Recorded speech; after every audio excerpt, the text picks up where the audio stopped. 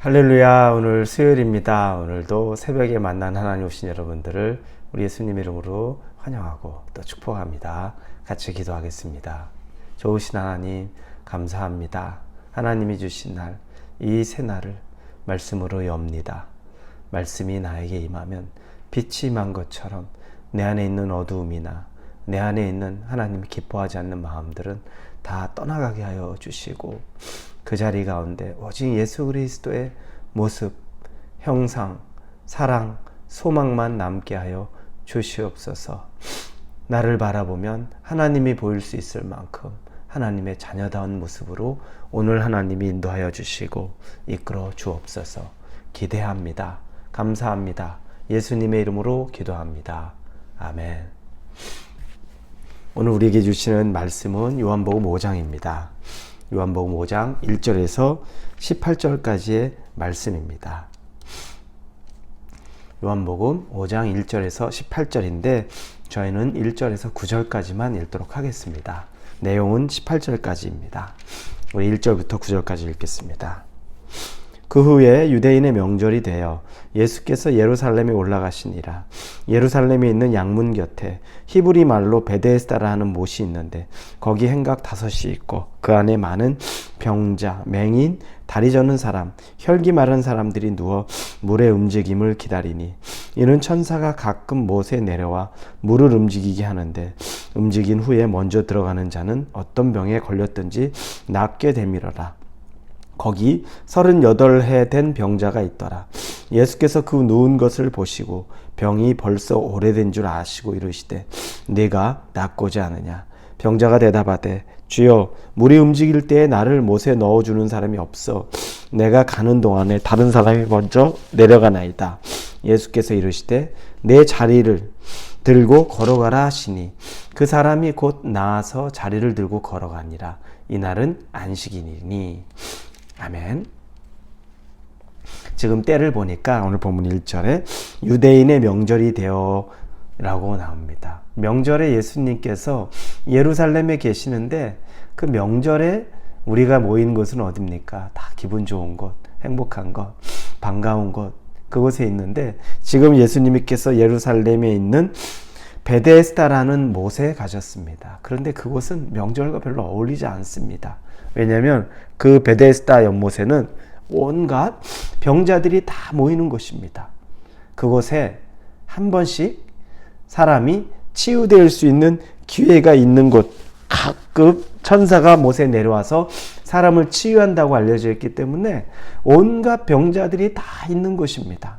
그러니 명절에 예수님께서 일반적으로 거기에 가서 뭔가 이 기쁨을 누리기에는 적절치 않은 것입니다. 예수님은 왜 거기에 계셨을까요? 예수님의 관심은 사람입니다. 여러분, 이건 우리에게도 너무너무 중요합니다.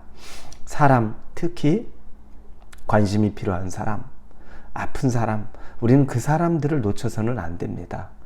교회가 그 사람들을 놓쳐서도 안 되고 개인이 그런 사람들을 놓쳐서도 안 됩니다. 사람에 대한 관심이 있어야 되고 사람에 대한 애정이 있어야 합니다. 예수님은 그래서 그 사람에게 갔던 것입니다. 그곳에서 38년 된 중풍병자를 만납니다. 여러분, 병이 1, 2년도 참 괴로운데 38년 된 병자라 그러면 오죽하겠습니까? 20살에 병에 걸렸다. 58살이 되는 거고 30살이면 68세가 되는 겁니다. 정말 기가 막힌 세월을 이 병에 짓눌려 있는 거죠. 이렇게 병에 짓눌려 있다 보니까 육체만 그 사람이 병든 것이 아니라 마음도 병들었어요. 그래서 예수님께서 그 사람에게 말을 합니다. 6절에 네가 낫고자 하느냐 이렇게 묻습니다. 그러면 정상적인 대답은 네, 제가 낫고 싶습니다. 저를 고쳐주십시오 라고 얘기하면 되는데 그 사람이 반응이 7절에 보니까 병자가 대답하되 주여, 물이 움직일 때 나를 못에 넣어주는 사람이 없어 내가 가는 동안에 다른 사람이 먼저 내려가나이다. 그냥 낫고 싶습니다 라고 말하면 되는데 원망이 가득해요. 그 못에 나를 내려주는 사람이 없어서 내가 지금 38년 동안 이러고 있습니다. 마음의 병까지 생긴 거죠. 환경이, 다른 사람의 원망이 깊이 있는 모습이 이 38년 된 병자의 모습입니다. 여러분, 우리 안에 해결되지 않는 문제가 있다 보면 이런 원망까지 자리 잡게 되는 마음의 문제가 크게 생겨나게 됩니다. 네, 예수님은 이 사람을 보고 이 환경을 보고 이해하시죠. 웬만한 경우들 예수님이 뭐라고 말씀하지만 이렇게 깊게 아픈 사람에게 예수님이 그 사람이 그냥 나을 수 있다는 것, 그냥 마음의 병이 없는 정상인 취급하지 않습니다. 이 사람은 깊이 육체와 마음이 다 아픈 사람인 걸 알기 때문에 그 말에 개의치 않고 주저하지 않고 그 사람을 고쳐줍니다. 왜냐하면 예수님은 그 사람 자체의 모든 삶을 인간의 몸으로 오셔서 이해하고 그냥 받으신 겁니다. 그래서 예수께서 말씀하죠. 예수께서 이러시되 일어나 내 자리를 들고 걸어가라 하고 말씀하십니다. 그렇게 해서 그 사람을 일으켜 세웁니다. 그래서 그 사람은 이제 일어나서 자기 자리를 들고서 거기를 떠나게 되죠. 그런데 그 자리를 떠났던 사람을 예수님이 다시 만나게 됩니다. 성전에서 그 사람을 만납니다. 예수님이 왜 그 사람을 다시 찾아가서 만나게 됐을까요? 너 나한테 인사 안 했지? 내가 너 고쳐줬다? 생색내려고 그 사람 찾아서 너 고쳐준 사람 나은 거 알지? 이렇게 얘기한 걸까요? 그런 거에 관심이 없습니다. 예수님은 목적이 있었습니다. 그건 14절, 우리가 읽진 않았지만 14절의 말씀을 보면 이렇게 쓰여 있습니다.